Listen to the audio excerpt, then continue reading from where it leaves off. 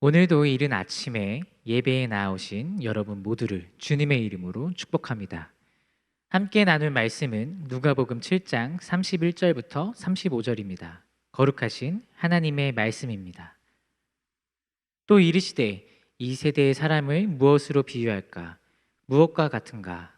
비유하건대 아이들이 장터에 앉아 서로 불러 이르되 우리가 너희를 향하여 피리를 불어도 너희가 춤추지 않고 우리가 곡하여도 너희가 울지 아니하였다 함과 같도다.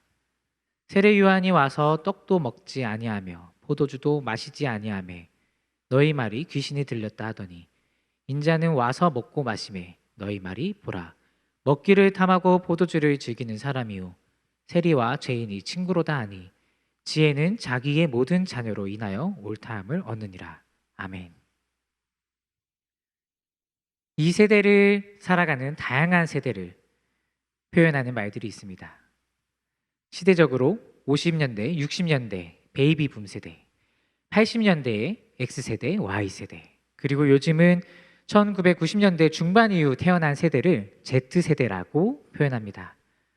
이렇게 다양한 세대들마다 각 특징들이 있습니다. 베이비 붐 세대는 노력의 세대, X세대는 개인의 개성을 강조한 세대, Z세대는 디지털 IT에 가장 친숙한 세대로 표현할 수 있습니다. 우리가 사는 이 시대에 다양한 세대들이 구분되는데 예수님의 시대는 어떠했을까요? 오늘의 본문에 예수님께서는 당시의 사람들을 살펴보시고 복음을 거부한 세대들에 대해서 책망과 질책으로 말씀하고 계십니다. 예수님께서는 스스로 하나님께 열심인 자신들의 의를 자랑하던 율법 교사들과 바리새인들은 영적 교만에 빠져 세례 요한과 그가 증거했던 예수님에 대해 거부하고 있음을 지적하고 있습니다. 예수님께서는 이들의 태도를 장터에서 노는 아이들의 비유로 바리새인과 당시 사람들이 얼마나 이기적이고 교만한지 말씀하고 계십니다. 장터에서 놀기 위해 모인 아이들이 있습니다. 야, 우리 결혼식 놀이 하자. 어떤 아이가 상대편 친구에게 결혼식 놀이를 제안하며 피리를 불어도 상대편 아이는 춤을 추지 않습니다. 반대로 장례식 놀이를 제안하며 애곡을 하여도 상대편 아이는 울지 않는 아무런 반응도 보이지 않습니다. 바로 놀이 자체를 반대하는 아이들이 있음을 말씀하십니다. 자녀를 키우시는 분들이 계시다면 어떤 모습인지 머리에 그려지실 것입니다. 이것도 저것도 하기 싫은 아이가 결국 만족하는 것은 자기가 하고 싶은 것을 하는 것입니다. 우리는 그런 아이를 가리켜 이기적이고 고집이 센 아이라고 말합니다. 자기 자신만 아는 아이라고 말합니다. 명확하게 말하자면 교만한 아이입니다. 정확하게 어떤 것이 싫어서 거절하는 것이 아니라 내가 하고 싶은 대로 하고 싶은 고집이 강한 것입니다. 예수님께서는 바리새인들의 복음의 진리에 대해서 거부하고 있는 무감각적인 상태를 아이로 비유하신 것입니다. 세례 요한이 광야에서 외쳤습니다. 회개하라, 천국이 가까이 왔느니라. 세례 요한은 매우 특별하게 메시아를 선포했습니다. 그는 아주 금욕적인 삶을 살았습니다. 음식은 메뚜기와 석청을 먹었고 옷은 낙타털 옷에 가죽띠를 띠고 광야에서 살았습니다. 그런데 사람들은 세례 요한을 거절합니다. 마치 귀신 들린 사람처럼 여겼습니다.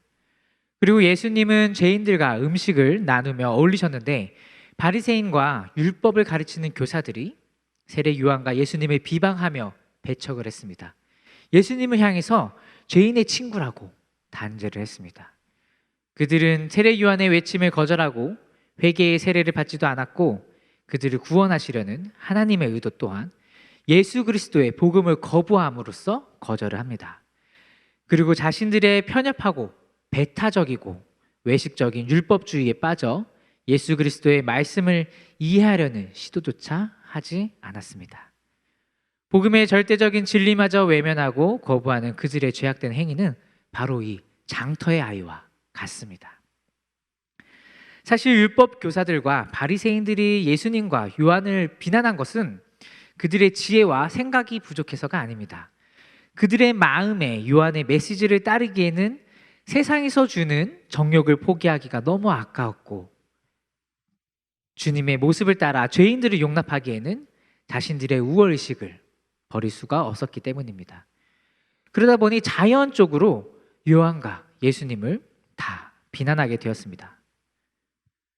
그렇다면 우리의 시대의 모습은 어떠합니까? 지금 이 시대에는 교회에 대한 거부가 끊임없이 일어나고 있습니다.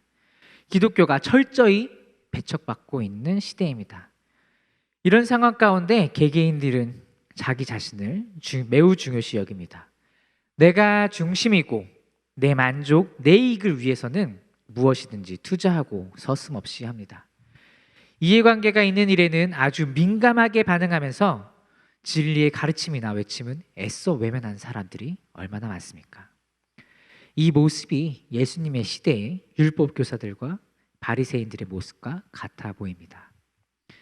사랑하는 성도 여러분, 하나님의 진리를 거스르는 세대 속에서 그 진리를 옳다고 여기는 사람들이 있습니다. 바로 우리 그리스도인들입니다. 35절에 지혜는 자기의 모든 자녀로 인하여 옳다함을 얻느니라. 아멘. 하나님의 지혜는 항상 그 말씀을 따르는 사람들로 인하여 옳다함을 얻습니다. 노아와 그 가족들이 자신들을 제외한 모두가 하나님의 경고를 무시했지만 묵묵히 그 진리를 옳다고 여기며 살았고, 엘리야는 전 국민이 바알 숭배에 빠졌을 때 그들과 맞서 싸우며 여호와 하나님을 섬겼습니다. 예수님을 거절한 백성들이 그를 십자가에 못 박았지만 제자들은 죽기까지 주님의 말씀을 믿고 따랐습니다. 왜 죽기까지 주님을 따랐습니까? 바로 35절에 그 지혜가 하나님으로부터 온 것이기 때문입니다. 그리고 하나님으로부터 예수님이 오셨습니다. 사랑하는 성도 여러분, 우리는 성경의 역사를 통해 그들이 옳았다는 것을 압니다. 우리는 이미 이 지혜의 능력을 경험한 자들입니다. 구원받은 우리는 이 능력의 말씀으로 새로운 피조물로 거듭났습니다. 예수 그리스도 외에는 다른 것이 없다는 것을 인정하고 성경을 통해 하나님께서 우리에게 주시는 말씀에 반응하는 저와 모든 성도 여러분 되시기를 바랍니다. 매일의 말씀 묵상을 통해 우리를 사랑하시는 주의 음성을 듣고 우리 주님의 말씀을 매일의 삶에서 지키는 말씀상 공동체 여러분 되시기를 바랍니다. 기도하겠습니다. 사랑이신 주님, 오늘도 이 새벽에 나와 주님께서 주신 말씀을 들었습니다. 이 시대가 주님을 거부하더라도 우리는 주님을 붙잡고 진리를 위해서 살아가게 하옵소서. 내 만족, 내 생각을 따라 사는 것이 아니라 하나님의 명령을 따라 성경 66권의 그 말씀을 따라 살아가는 우리 말씀상 공동체가 되게 하옵소서. 감사합니다. 예수님의 이름으로 기도드립니다. 아멘.